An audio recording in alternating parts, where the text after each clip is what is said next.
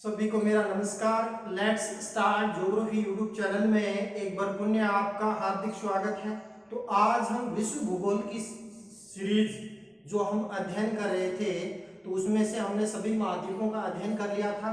तो मैं उन तमाम विद्यार्थियों से अनुरोध करता हूं जो पीछे के जो वीडियो हैं वो वॉच करें। तो आज हमारा यानी बीए पार्ट थर्ड का फर्स्ट पेपर प्रादेशिक भूगोल के सिलेबस पर डिस्कस करेंगे कि ये विश्व भूगोल की सीरीज के जो हमने टॉपिक किए हैं वो किस प्रकार इसमें सहायकफुल रहेंगे और इसके अलावा कौन कौन से टॉपिक इसके अंदर दिए गए हैं।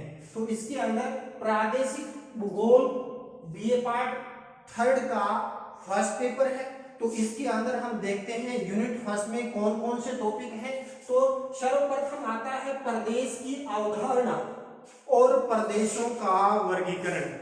तो प्रदेश से तात्पर्य क्या है और ये अवधारणा कहां से आई, तो मैं थोड़ा सा एक हिंट्स के रूप में बता दूं कि जो ये भूगोल में प्रदेश की संकल्पना है वो 18वीं शताब्दी के प्रारंभ के अंदर मुख्य रूप से क्या है भूगोल के अंदर प्रारंभ हुई। और इसके अंदर भूगोल प्रदेश की अवधारणा में भूगोल में प्रत्येक प्रदेश के बारे में मुख्य रूप से क्या है यानी प्रयोग होता है। प्रदेश या स्थान को भौगोलिक चिंतन का मुख्य आधार इसके अंदर समझा जाता है।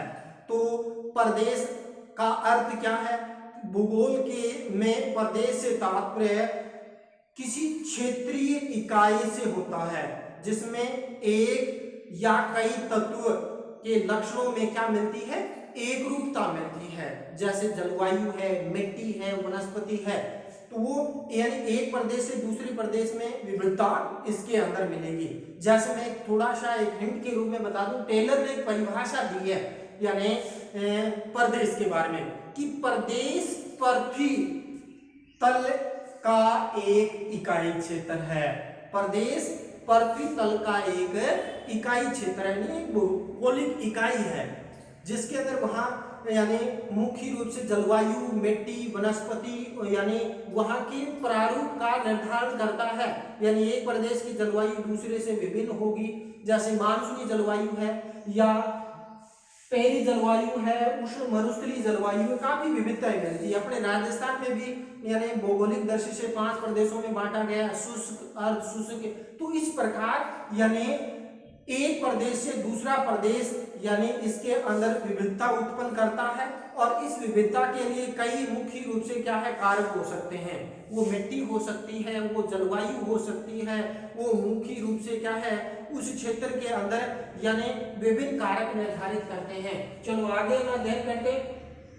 प्रदेशों का वर्गीकरण हो गया जिसमें भौगोलिक और आर्थिक पक्ष पर विशेष जोर दिया जाता है। यानी भौगोलिक के अंदर भौतिक और मानवीय दोनों पक्षों को शामिल किया जाता है। उसमें औद्योगिक क्रियाएं क्या है, वहाँ कृषि का प्रारूप कैसा है। जैसे आपने बीए पार्ट सेकंड में पढ़ा था यानी राजस्थान का भूगोल, तो उसमें अपने फर्स्ट यूनिट में था कौन सा, भौतिक भूगोल, और 5वीं यूनिट में था प्रादेशिक भूगोल। तो यानी उसके आधार पर भी हम इसको समझ सकते हैं। भौतिक में तो प्राकृतिक चीजों का अध्ययन करेंगे, भौगोलिक में मानवीय कूट इसके अंदर शामिल हो जाएगा।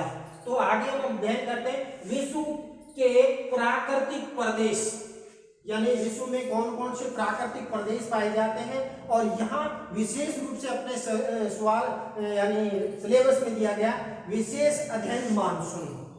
यानी मानसून अरबी भाषा का शब्द है जो मौसम के अनुसार अपनी दिशा परिवर्तन करती है। और जैसे अपने यानी 6 महीने स्थल से जल की तरफ और 6 महीने स्थल से जल की तरफ हवाएं चलती है।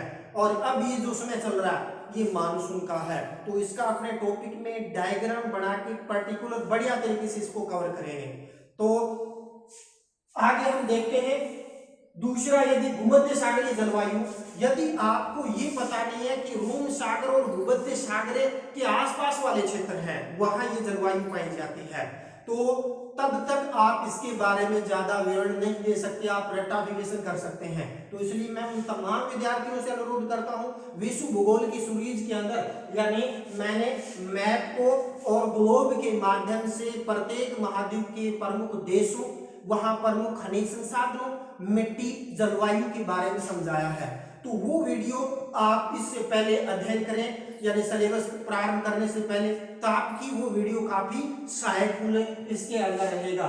जैसे मैं बात करता हूँ उष्ण मरुस्थलीय प्रदेश, तो प्रत्येक महाद्वीप के पश्चिम में मरुस्थलीय प्रदेश पाए जाते हैं, और चाहे वो सहारा का मरुस्थल हो, चाहे वो मुख्य नामीबिया का मरुस्थल हो, आटाकामा का मरुस्थल हो, या भारत का थार का मरुस्थल हो, तो वहां अलग अलग फैक्टर जलवायु को प्रभावित करते हैं, तो उसके बारे में भी हम अध्ययन करेंगे। पेरी प्रदेश, तो यदि हम बात करते हैं चाहे संयुक्त राज्य अमेरिका हो, कनाडा हो, यानी उत्तरी अमेरिका के अंदर एक विशेष जलवायु पाई जाती है, तो वो पेरी जलवायु है, और पेरी घास के मैदान भी पाए जाते हैं। वहां गेहूं और यानी मक्का की कृषि भी प्रमुख रूप से की जाती है। तो संयुक्त राज्य अमेरिका, कनाडा, उन देशों की आपको भौगोलिक स्थिति नहीं का नॉलेज नहीं है, तो ये चीजें उतनी क्लियर नहीं हो पाएगी। तो आगे हम अध्ययन करते हैं दूसरी यूनिट के अंदर। तो दूसरी यूनिट के अंदर देखने में ये छोटी लगती है कि इसके अंदर दिया है प्रादेशिक अध्ययन संयुक्त राज्य अमेरिका। तो संयुक्त राज्य अमेरिका के अंदर बात करते हैं, हमने डिस्कस भी किया था, वे कनाडा के बाद दूसरा उत्तरी अमेरिका का सबसे बड़ा देश है, और वहाँ ग्रेट लेक्स औद्योगिक प्रदेश है। वहाँ मुख्य रूप से यानी डेट्राइट कार उद्योग के लिए प्रसिद्ध है। वो चीजें अपने यानी उत्तरी अमेरिका का जो महाद्वीप का विस्तार से अध्ययन किया, वहाँ मुख्य बिंदुओं पर अपने डिस्कस किया। जब संयुक्त राज्य अमेरिका को अपने मैप और ग्लोब में देखेंगे और उसका बारीकी से हम क्या करेंगे, अध्ययन करेंगे।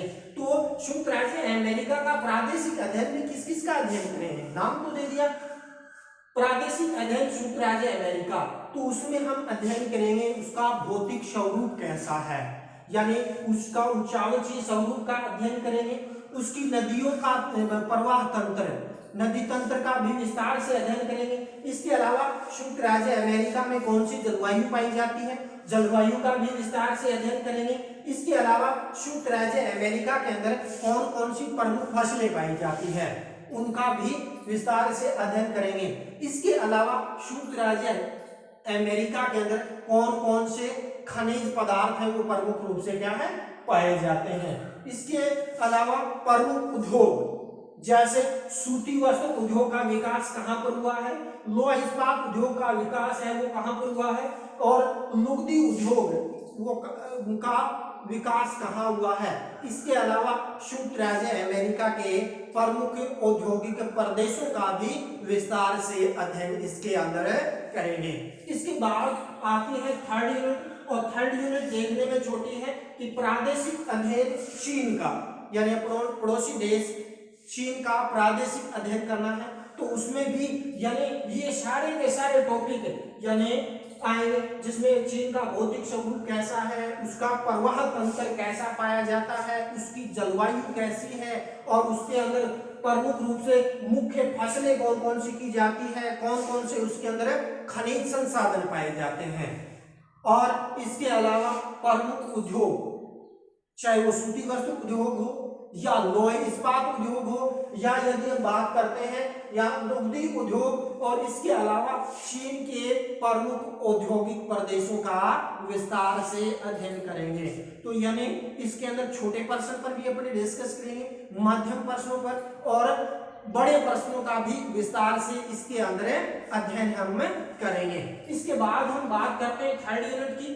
तो थर्ड यूनिट के अंदर भी अपने 3 पड़ोसी देशों के बारे में यानी उसका प्रादेशिक अध्ययन किया गया, यानी चाहे वो श्रीलंका हो, चाहे आपका नेपाल आता हो, या मुख्य रूप से बांग्लादेश, तो उसके अंदर यानी प्रदेश विशेष के अंदर बांटकर उसका मुख्य रूप से क्या है, विस्तार से अध्ययन करना। वहां के कौन कौन से पक्ष, वहीं सेम ये पक्ष आ जाएंगे, यानी चाहे बांग्लादेश हो, नेपाल हो, या अपना पड़ोसी देश श्रीलंका, तो उसका भौतिक स्वरूप कैसा है, उसका प्रवाह तंत्र कैसा पाया जाता है, यानी उसका नदी का यानी वितरण कैसे उसके अंदर पाया जाता है। इसके बाद यदि हम बात करते हैं उस देश की जलवायु कैसी है, उस प्रदेश की जलवायु कैसी है, और उसके अंदर प्रमुख रूप से कौन कौन सी फसलें हैं वो उत्पादित की जाती है, उनका हम विस्तार से अध्ययन करेंगे।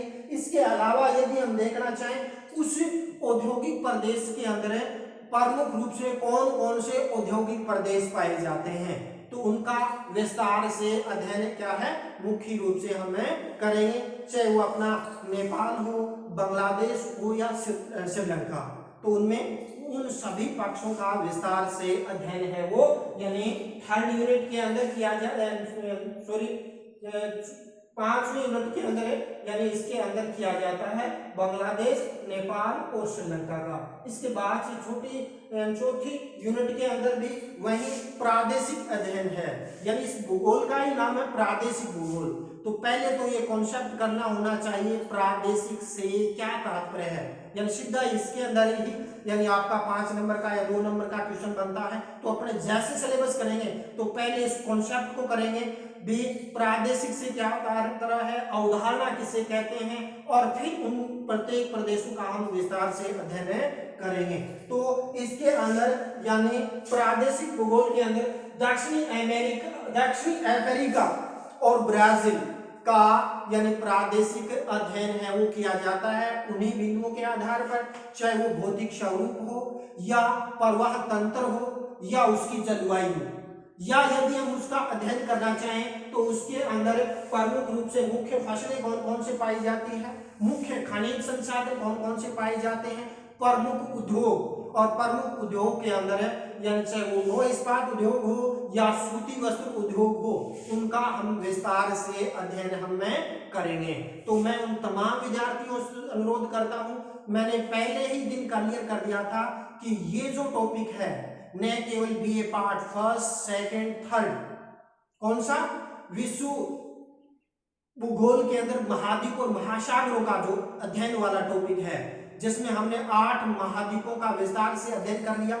उसके बाद हम विश्व के महासागरों की सीरीज हमने शुरू करेंगे, तो जिसमें न केवल आपके लिए यानी बीए के लिए बल्कि कंपटीशन एग्जाम में वो उतना ही सहायकपूर्ण रहेगा। और भूगोल के अंदर तो रेखा चित्र, डायग्राम, मैप और मुख्य रूप से क्या है ग्लोब के अंदर यानी उस देश प्रदेश की स्थिति का नॉलेज होना बहुत आवश्यक है।